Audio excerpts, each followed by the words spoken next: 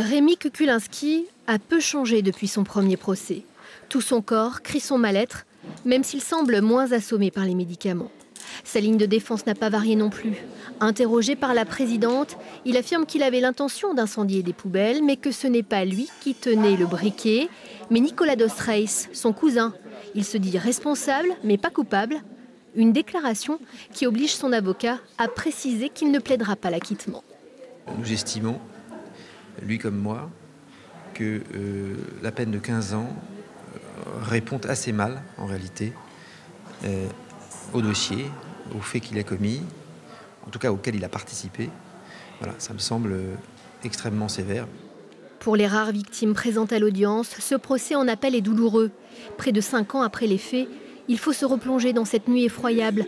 L'incendie, l'obscurité, les fumées toxiques, la panique et parfois, au bout du cauchemar, la perte d'un proche. On ne pouvait pas passer sur d'autres choses. On reste toujours pensé à notre père parce qu'on est tout le temps sur l'affaire. Il nous rappelle tout le temps le décès. Voilà. Nous aussi, c'est trop dur pour nous aussi. Qu'est-ce qu'une peine moindre pour les victimes? Il n'y a pas de peine moindre. Eux, leur peine, elle est définitive, elle est perpétuelle. Ils ne sont pas dans la vengeance, ils ne sont pas dans l'aggravation de la peine prononcée en première instance. Ils sont plutôt dans l'écoute.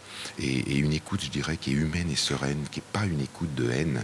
Mais ce que mériterait leur écoute, c'est précisément qu'il y ait une parole de vérité de l'autre côté et que l'on sorte des ambiguïtés du premier procès.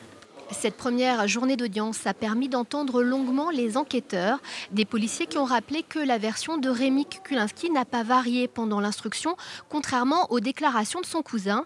Nicolas dos Reis sera entendu lundi prochain en tant que simple témoin, un moment très attendu.